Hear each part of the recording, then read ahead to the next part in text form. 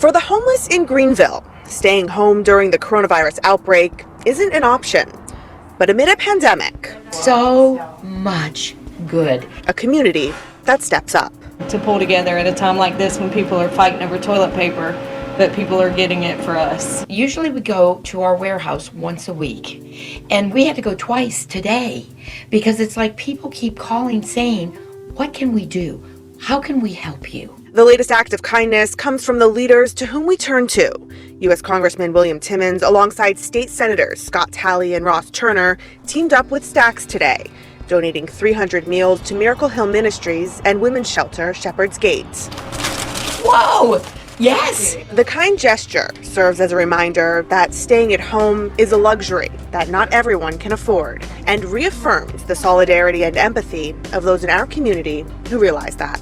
I know when I put my hand on the handle of that door out there every morning, I kind of come in thinking, I can't wait to see what God is going to do today. It's that awesome. It's just, when you go home, you're going to be shaking your head going, I didn't even think it would be that awesome. It's great. Madeline Hackett, WIKF. Right, and we saw a lot of that today, from students collecting PPE for healthcare workers to an amazing grocery store owner giving back to his loyal customers. I got water, so it's a blessing. Gonna help? Yes. Betty Jackson is making a grocery run to the ShopRite supermarket in East Oakland, where she found gallon jugs of water and lots of produce available. The most amazing part, it was totally free. I think this is a blessing. Blessing to help those that need it. We are here supporting the community during this crisis. Market owner Ali Albasari says he wanted to give back and help his customers out at a time when many are scared and running low on cash due to job losses. It's like a war zone out here. It's a matter of life and death. Like some potatoes? Please. The market is partnering with Oakland City Councilman Lauren Taylor, who's getting vital information about the pandemic to his constituents. It's absolutely critical that our residents get both the basic needs as well as the support for withstanding the crisis and also rebounding from it. Oh yeah, it helped me a lot. I might enjoy this. And I got some information on the coronavirus and how to stay safe. Hello, we're collecting personal protective equipment for the local hospitals. In San Francisco, these pharmacy students from UCSF stood in the rain outside a pharmacy collecting masks and gloves for healthcare workers who need them.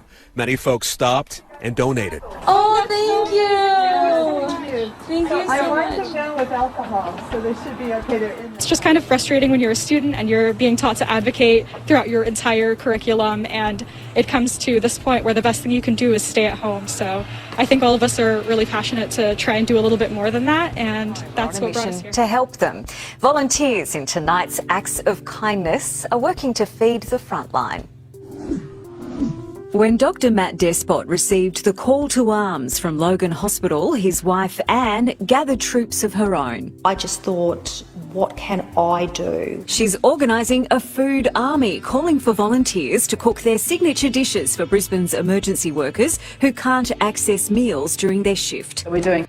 As healthcare heroes battle through, those stuck at home are on a mission to help them. Volunteers in tonight's Acts of Kindness are working to feed the frontline.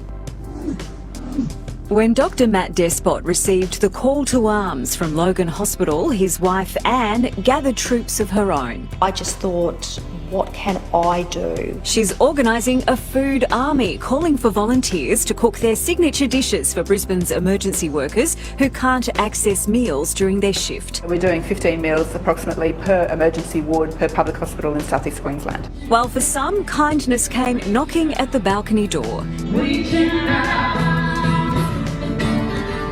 Touching me, touching you. Residents in an aged care facility in Carindale sang along to a live performance from a distance.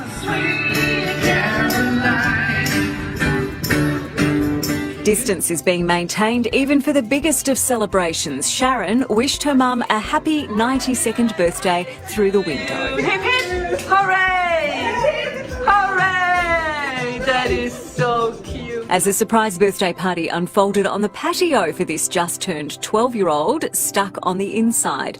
Isolation has brought out the creative side in some. A game of tic-tac-toe proved to be quite entertaining, win or lose. while this woman's artistic endeavour was a chance to thank local posties for keeping us all connected. Who is brightening up his entire neighborhood. We want you to meet him. He's spending a lot of time at home right now, so 6-year-old Bennett Stabrawa wanted to put up a lemonade stand. He lives in Denver's Highlands neighborhood, and his mom, well, explained to him that now is not a good time to be selling lemonade.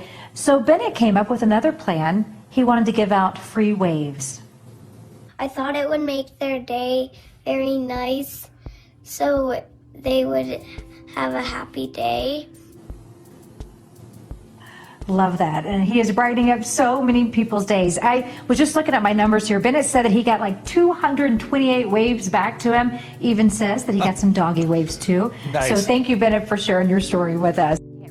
Amanda Logan says that she was on her way home yesterday when she noticed traffic was moving in a strange way. She says an older woman was crossing the street at the intersection of Piney Forest Road and the Franklin Turnpike in Danville. Cars were trying to go around her when a young man, Brandon Hairston, stopped his car, went into traffic to stop the cars so that she could walk across. It was so nice to see this young man doing an act of kindness. So I thought it would just be nice to, make it known. I didn't know who he was. And Bunny's had to get cracking early. With so many transport options shut down, he's hopped into a car. His efforts are deeply appreciated. Great to see a smile on their faces. This creature in Clearview might not get such a warm welcome from the kids, but don't worry, it's a sister. It wasn't even Carmen's birthday, but they both needed this, and it was delivered right to the door. A good laugh. Where do we order? And Tony and Lena always demanded the kids play with their ball outside. But as pandemic grandparents in lockdown, the rules have been bent a little. Steady, Tony's used to the open spaces on the bowling green. And after a promising first bowl, that black one on the left, Lena let a loose one go.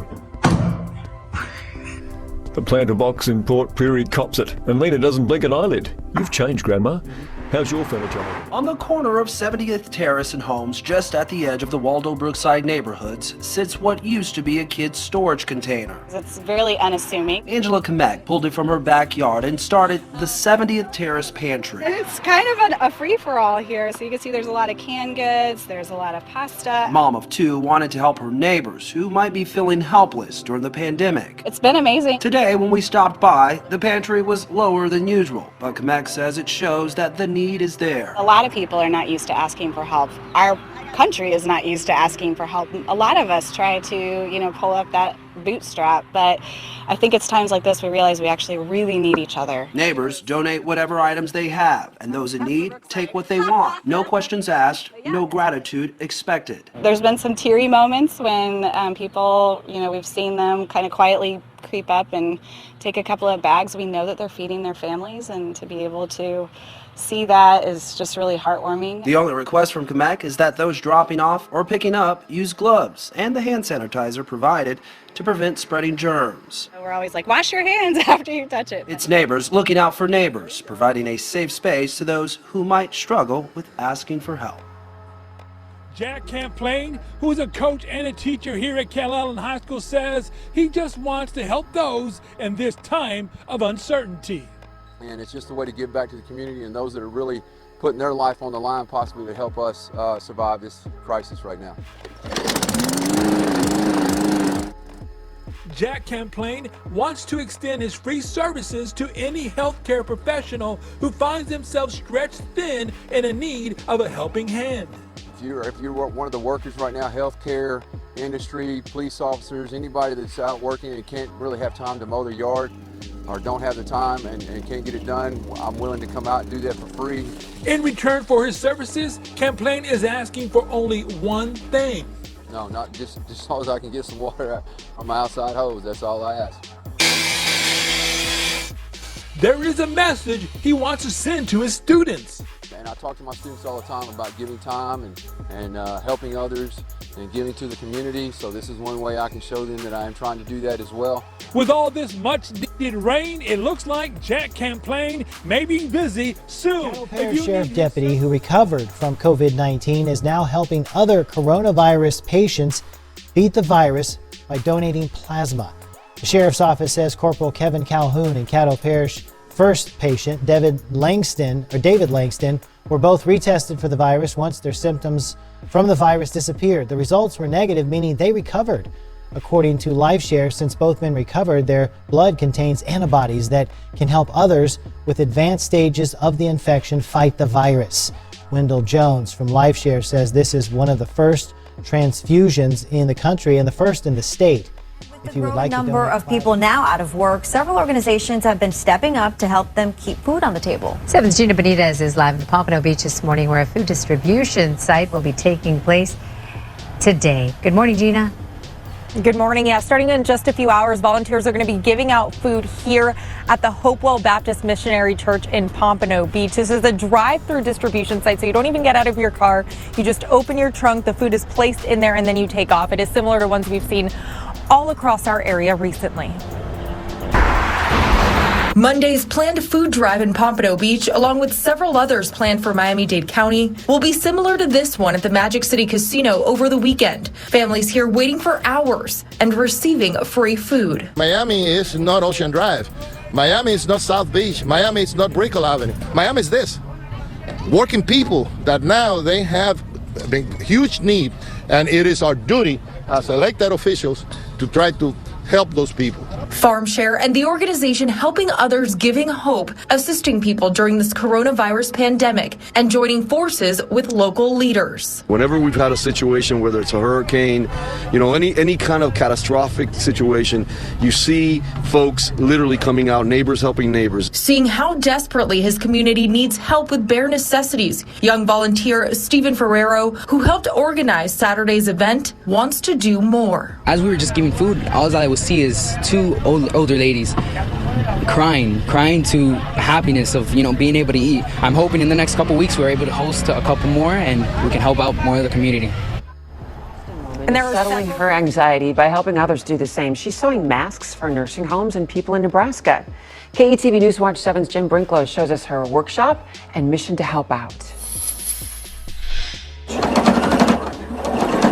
In the basement of this Ralston home, Gigi Desroger is keeping herself distracted during quarantine by sewing. I realized that I needed to find something that I could do that would calm me and sort of settle my own anxiety. So she grabbed some fabric from her seemingly endless supply and began sewing masks. I'm not going to solve coronavirus, but I can make masks.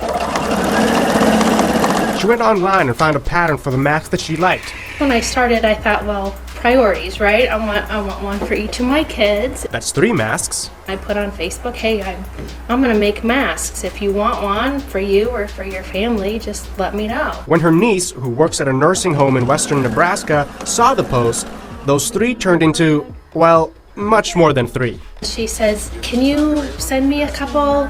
And then she said, could you send me 30? And I said, sure. And it just kind of snowballed. Friends and family from all over began making requests for Gigi's stylish masks. I mean, if you're going to wear these in public, you should at least have fun, right? Gigi uses flannel on the inside and cotton on the outside.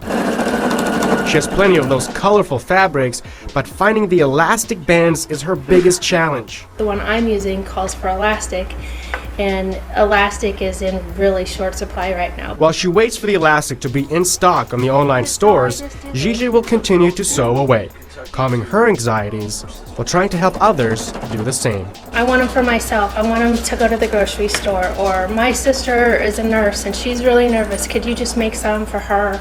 If it settles somebody else's nerves to wear a mask, then I've done my part.